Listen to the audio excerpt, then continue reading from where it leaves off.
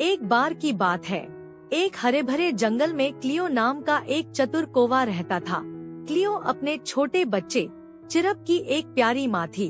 वे जंगल के खतरों से दूर एक ऊंचे पेड़ के ऊपर एक आरामदायक घोंसले में रहते थे।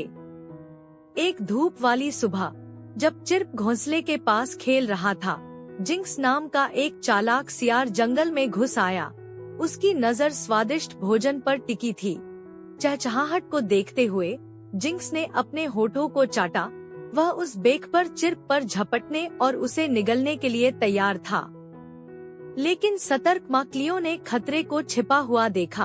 अपने पंखों को तेजी से फड़फड़ाते हुए उसने झपट्टा मारा और जैसे ही जिंक्स आगे बढ़ा, उसने चिरप को पकड़ लिया।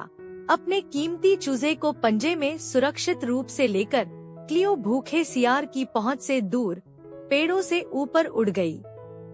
जिंक्स अपने चुके हुए अवसर से निराश होकर साजिश रचने लगा। वह जानता था कि वह आसमान में उन तक नहीं पहुंच सकता, लेकिन जमीन पर वह उन्हें मात दे सकता है। वह जंगल में छिपकर उनके रास्ते का पता लगाता रहा, उन्हें अनजाने में पकड़ने का दृढ़ निश्चय किया। इस बीच क्लियो को पता था कि वह हमेशा के लिए उड़ नहीं सकती। उसे जिंक्स को मात देने और अपने बच्चे को सुरक्षित रखने के लिए एक योजना की आवश्यकता थी। अपनी कुशाग्र बुद्धि से उसने एक धूर्त योजना बनाई। एक मानव बस्ती के पास चमकदार वस्तुओं का एक टुकड़ा देखकर क्लियो नीचे गिरी और अपनी चोंच में धातु का एक चमकदार टुकड़ा उठा लिया। जिंक्स की ओर वापस उड़ते हुए क्लियो ने चमकदार वस्तु को ठीक उसके सामने गिरा दिया। जिज्ञासु होकर जिंक्स रुका और वस्तु का निरीक्षण किया। जैसे ही वह इसकी प्रतिभा से आश्चर्यचकित हुआ, क्लियो ने अवसर का लाभ उठाया। एक तेज झपट्टा मारकर वह उसके पास से उड़ गई और उसे अपने घोंसले और अपने बच्चे से दूर ले गई। जिंक्स चमकदार वस्तु से मंत्रमुग्ध होकर क्लियो के वास्तविक इरादों से बेख पर जंगल में गहराई तक उसका पीछा करता रहा।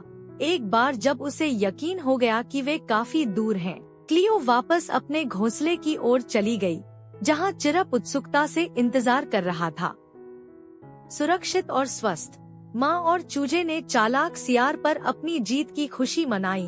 उस दिन के बाद से क्लियो ने चिरप को खतरे का सामना करने में बुद्धि और चालाकी का महत्व सिखाया, यह सुनिश्चित करते हुए कि वे अपने रास्ते में आने वाले किसी भी खतरे से हमेशा एक कदम आगे रहेंगे।